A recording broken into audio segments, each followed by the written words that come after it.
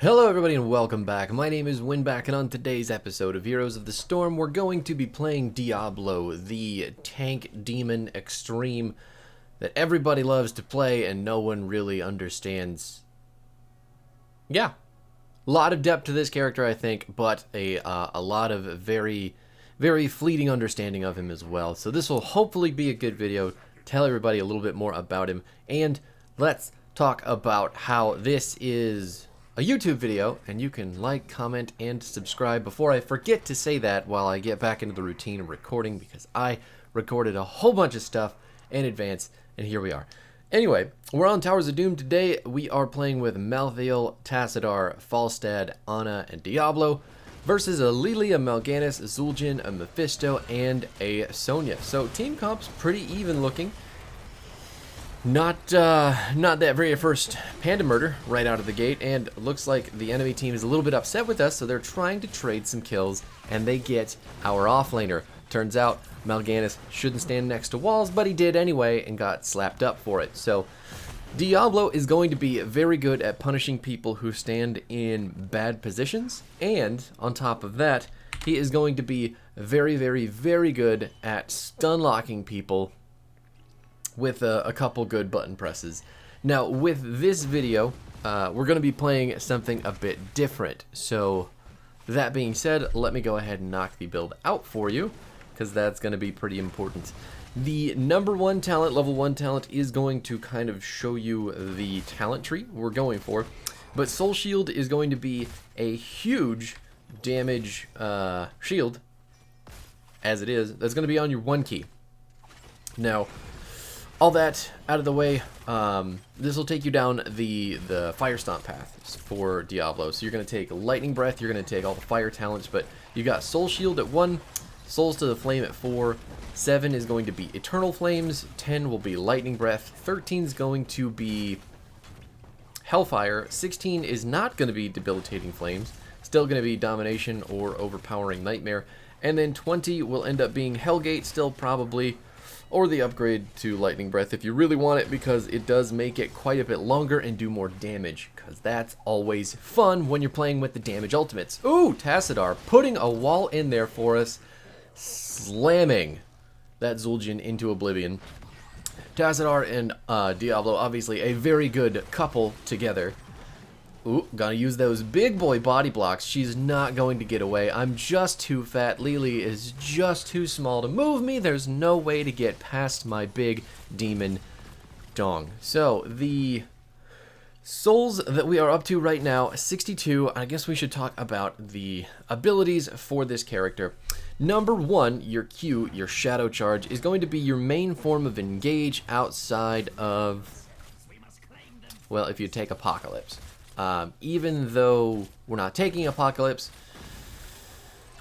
Shadow Charge is still basically the main form of go in for Diablo. And then you're going to follow that up with your E button, your overpower. But Shadow Charge is basically a point and click dash. You're going to dash and hit someone with your Q, and then you are going to get 15% move speed after that. But if you hit them into terrain, be it a regular wall or a Tassadar wall, they are going to be stunned, and they're going to take extra damage on top of that. So always try to aim for the wall behind a person rather than just hitting someone with your Q. Unless you're chasing them and you really need to catch up and put them in position for your team, then you Q after them and then you E them immediately, and your team should be able to kill things. So hopefully that's how it goes this game. We do have a 2-level lead going this early into the game, and it looks like we're just going to start cleaning up. That is an example of me using my Q and not being able to reposition the enemy, so total waste of the ability, because really all it did was push someone away and do really small amounts of damage to them.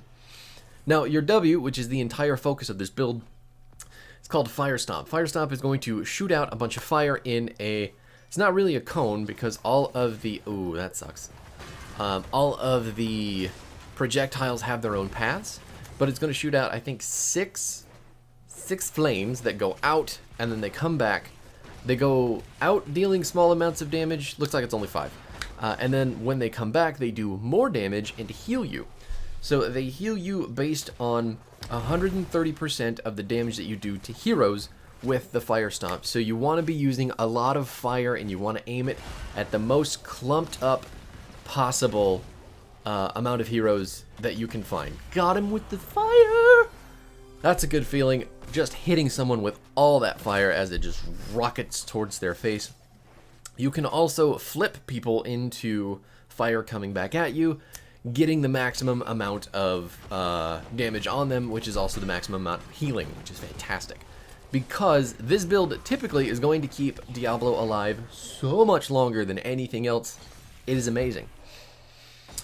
Diablo also extremely good into Sonya because of some later talents, but also just because our E, Overpower, is a point-and-click stun that's just going to pick her up, most likely in the middle of her whirlwind, and then stun her right behind us, so she gets 0 healing and 0 anything out of that spin. I know a lot of Sonyas are taking hammer these days, so it may be a little bit more difficult to make something happen there, but as it turns out, anytime that they get in trouble, most Sonyas will slap that E button and hope that they don't die, and that isn't going to work against us. Apparently this Sonya has no idea that I am channeling the objective and getting us even closer to winning the game, so that's okay.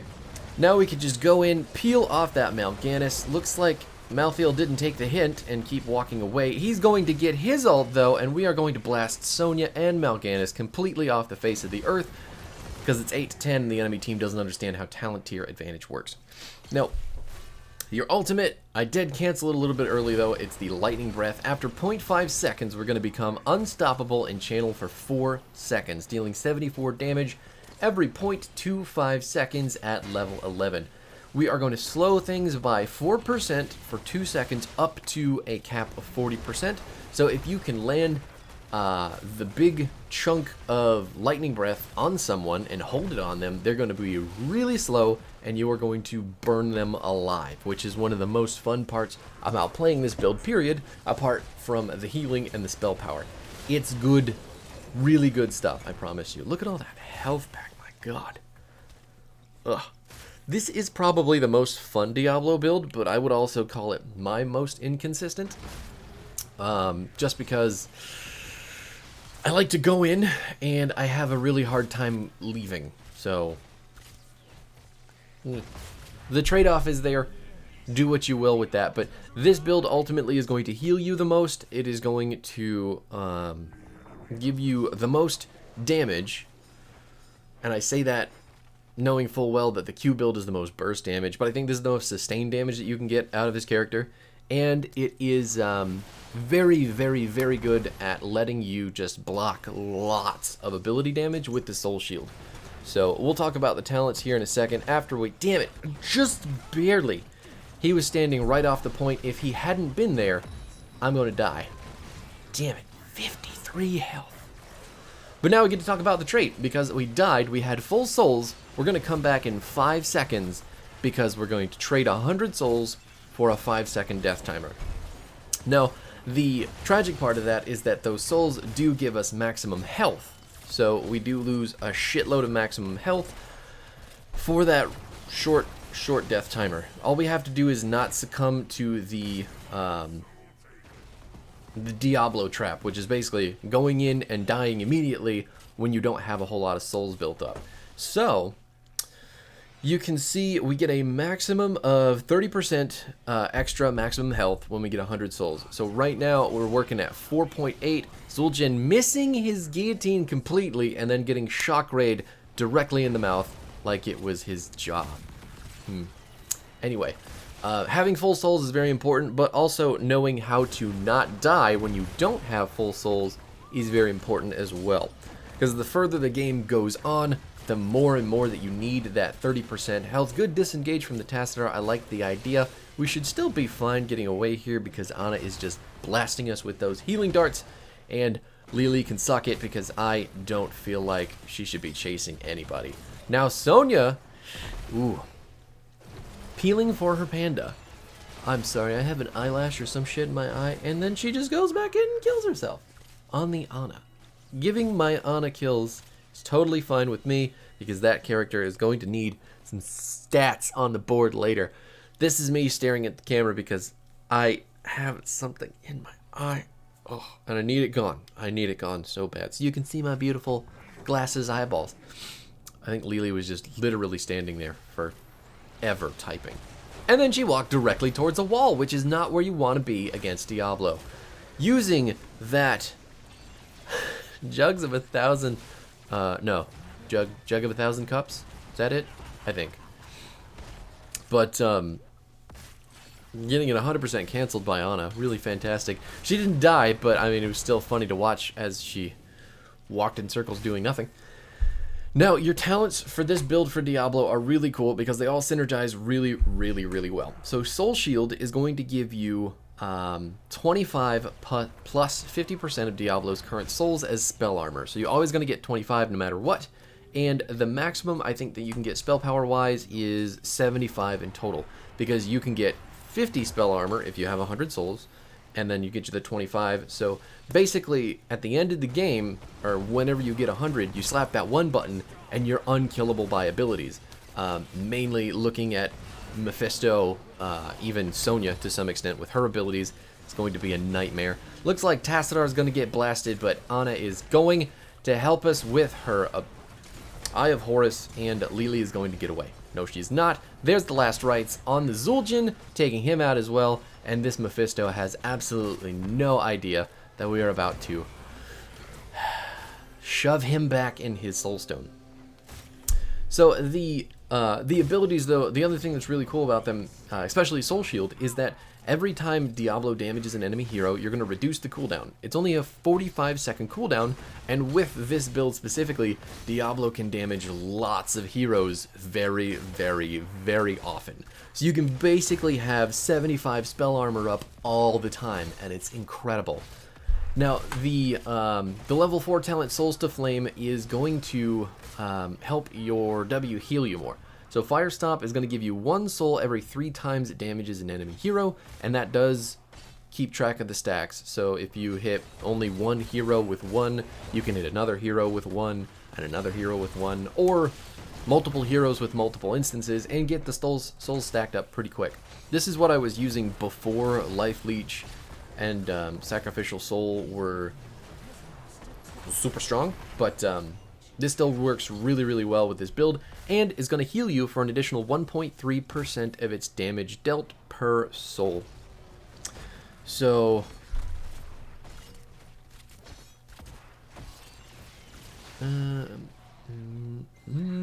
so already it's dealing 130% healing to us. So if we have 100 souls, that means that we're actually going to get double that healing. So I believe that's 260% healing for W's, which is pretty nuts, depending on your souls. Your Eternal Flames is what you're going to be using to use most of those souls, though, because we're going to reduce the cooldown of Fire Stomp by 1 second, and when Diablo stuns an enemy hero with Shadow Charge or Overpower, we're going to reset the cooldown of Fire Stomp and restore 45 mana. So that is going to let us basically shoot fucking huge amounts of fire everywhere. They're going to hit lots and lots of heroes, which means we're going to get lots of healing, lots of cooldown on our Soul Shield, and it just 13 rolls around, you're going to get insane amounts of spell power, because every time that Fire Stomp hits a hero, we're going to get 3% up to 10 seconds, and the game is already over because we just slapped the enemy team way too hard. I didn't even get to finish talking about the build. Not that it super matters, because 16 is a little bit of a tech talent for me into the Sonya. The big one, though, was the 13. Where is it? There it is.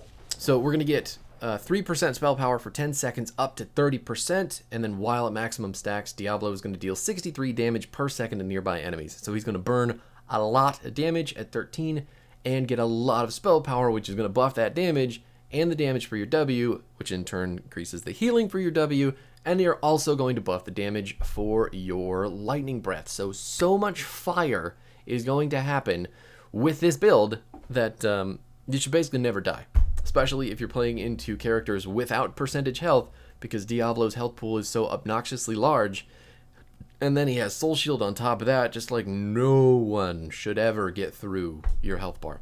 And then 20 would be Hellgate. just to make ourselves more mobile. But the 16 talent Overpowering Nightmare, the reason that I took this is because when Sonya walks up into our team and starts spinning like she's actually going to survive, that's when you just point and click her, you grab her, smash her, and she's done spinning, and then suddenly she's dead without any sort of healing. I love this talent specifically for that reason. Otherwise, I would just pick Domination, which is the Q reset when you hit someone with your E, which is fantastic too. Also very good against Sonya, but a little less reliable because this is just extra charges. This is just more point and click. It's really fucking good stuff. So there you have it again. Soul Shield, Souls to the Flame, Eternal Flames, Lightning Breath, Hellfire, Overpowering Nightmare, and Hellgate at 20 if you make it there, or if you just crush the enemy team before that. Kudos to you, my friend. You've done it. That is it for me today, though. We will be back tomorrow with Diva, and that's going to be a fun game. I promise that's going to be a fun game because that is a mostly fun character. So I will see you then. Peace out. GG's.